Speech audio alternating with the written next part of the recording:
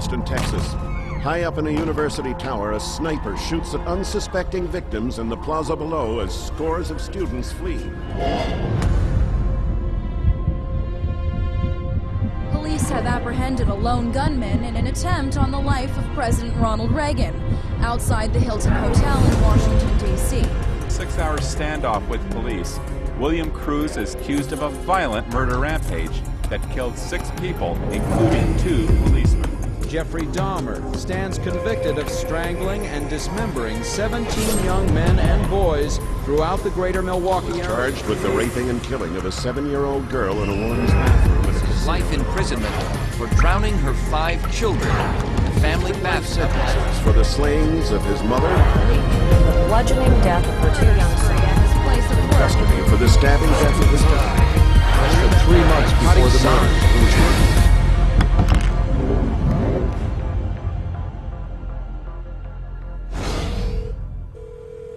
Police department? Yeah. I just killed my 2 daughters. Sir? Yeah. Tell me what happened. Okay, what's going on right now? I just freaked out and killed them. Are you on medication? Yeah. What kind of meds are you on, sir? I'm on antidepressants.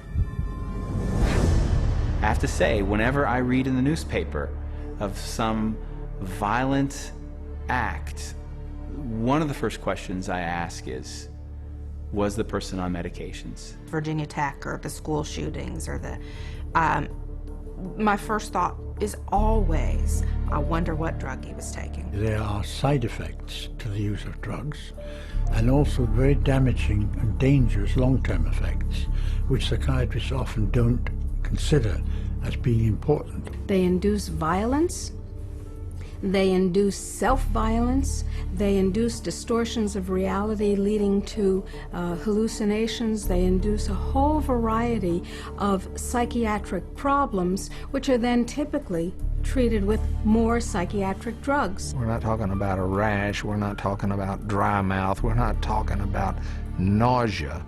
We're talking about sudden, compulsive, overwhelming suicidal or homicidal urges. We're talking about violent deaths. We're talking about crippling injuries. Psychiatric drugs are rampant in society today. It's become really an epidemic.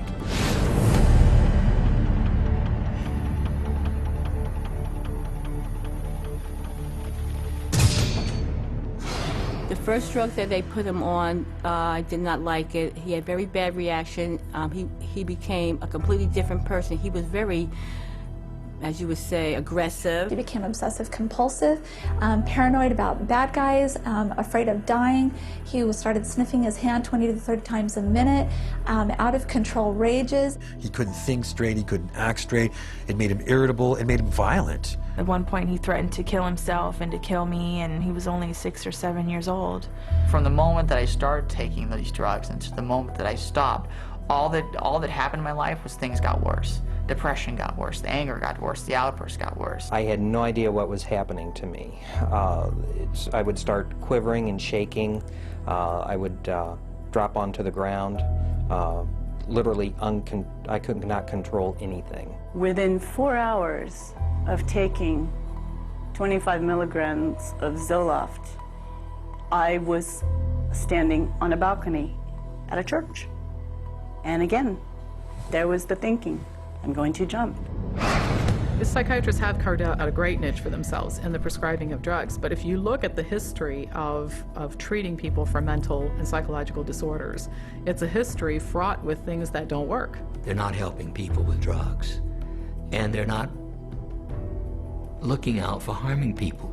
They're ignoring the harm that's coming from all of these drugs. We see suicidal thoughts, we see suicide, we see profound depression, mood swings. This is 911. Who is this? My sister's trying to kill herself. Stop trying to kill herself. Where is your sister? What is she trying to do? Take pills? For what? No, my dad told me now. Hold on, tell me! Stop trying to kill herself! No, you're not going to die. No, you're not going to die. Oh, no! Oh, no!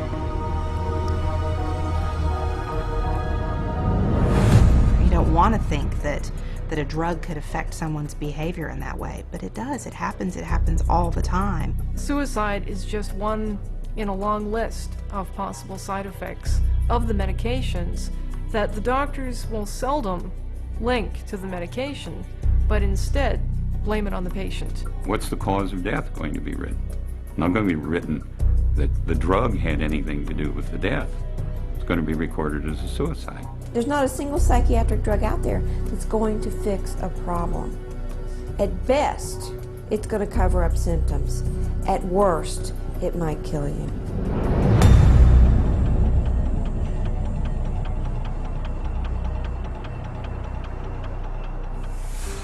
She went to get the laundry, his laundry, which hangs from a hook in Matt's closet. And instead of finding the laundry, she found her son. By the time he died, he was really mutilating himself. He carved hate into his thigh. He had gone into his closet that night, tied a rope around his closet rod, put it around his neck, shut the light off, knelt down. I ran back to him and I touched his back and I says, "No, honey, he's cold, he's gone." I'm as certain as I can be that Celexa killed my daughter. I will always blame my son's death on psychiatric drugs.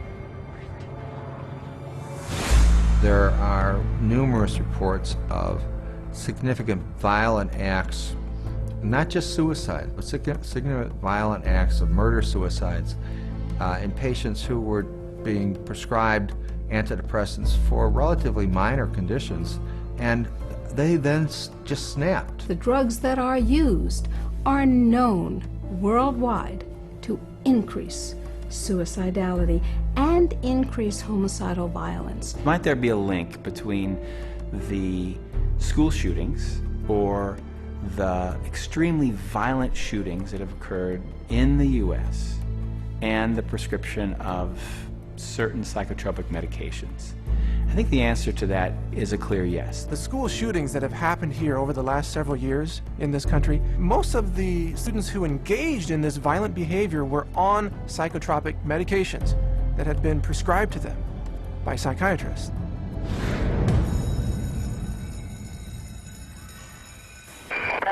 Where's your emergency? There's been a shot at Westside High School, Middle School. Been what? It's been a shot at Westside Middle School. Okay. Do you know who done the shooting? No, we do not. Okay. I think them everywhere. I was lucky I wasn't shot because I was the only one standing up. My friend Nate got shot in the shoulder. Oh my God, I can't believe this is happening. There's tonight, nothing like that happens here. No. You should be safe at school. It should be a safe place. Just horrible images that you never want to see again in your mind. And I was praying to God for someone to come help me. It wasn't just my boyfriend, he was my best friend. I didn't think he had